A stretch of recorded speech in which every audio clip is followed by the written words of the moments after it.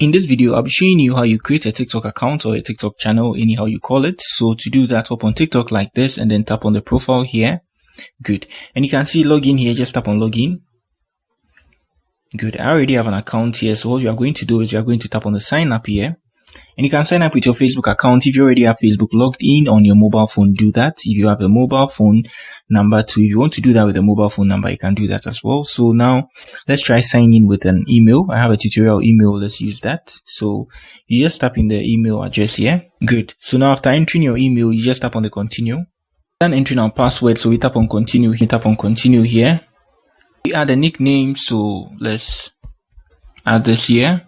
Good. Our TikTok account has been created now. Our TikTok channel has been created now. You see, this is the mail we used to create. This is the email. You just verify your email and you can start posting videos, and the rest you can see upload, and the rest start posting. You're good to go. Edit your profile. Tap on the edit here and do all the edits. I have a lot of tutorials on TikTok, so I think you can check them out on my channel. So that's it on how you create a TikTok account or channel. If you are new here, just give me a like and subscribe to my channel. Peace.